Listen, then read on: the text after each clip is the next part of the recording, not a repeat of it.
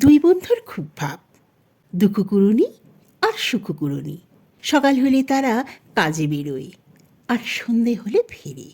তারপর দুজনে ক্যানেলের বাঁধে পা ঝুলিয়ে গল্প করে। সু বলে, আহা কি সুন্দর চাঁদ উঠেছে দেখ। দু বলে, তা তো উঠেছে, আমার কি আর চাঁদ দেখে পেট ভরবে? কদিন কটা পয়সাই বা রোজগার হলো বলো?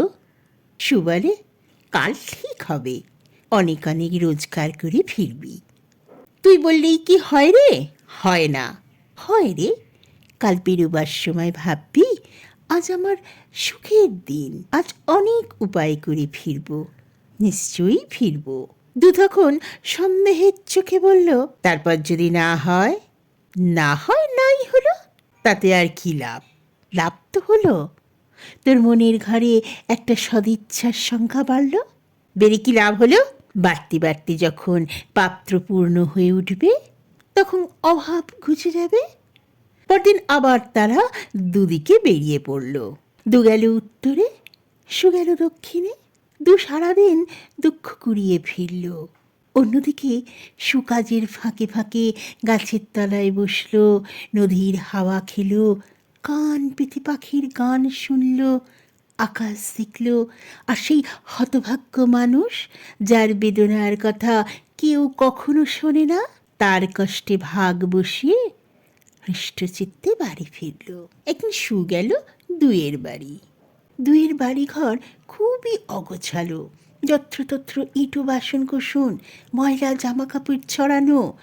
দু গালে হাত দিয়ে বসে দুয়ের বউ এন্তার দুষে চলেছে দুকে। অন্যদিকে দু একদিন গেল সুয়ের বাড়ি। সু তার ঘর ভারী সুন্দর করে গুছিয়ে রেখেছে। সুয়ের বউ পরিষ্কার কাপড় পরে আছে, বিছানা টান টান করে গোছানো। সু আর সুয়ের বউ দুজনের বেশ খুশি। সুয়ের সমৃদ্ধি দেখে দুয়ের হিংসে হলো। পরদিন দু বলল, আজ আমি দক্ষিণে যাব, তুই যাবি উত্তরে। সু বলল, তাই হোক। দু যাত্রা করল দক্ষিণে, কিন্তু সারাদিন কেবল দুঃখই কুড়িয়ে বেড়ালো। আর সু উত্তরে এসে অবাক হয়ে গেল। আহা কি সুন্দর হলুদে সবুজে মিশে আছে সরিষার ক্ষেত। দুই সব দেখেই না। আহা কি চমৎকার ওই টলমল দিঘি। দিঘির একবারে এক বগ বসে। এখনই কি ভীম ছুটে আসবে জল নিতে? বগরূপী ধর্মরাজ প্রশ্ন করবে, কি মাশ্চর্যম মধুপরা? দু এসব দেখেই না।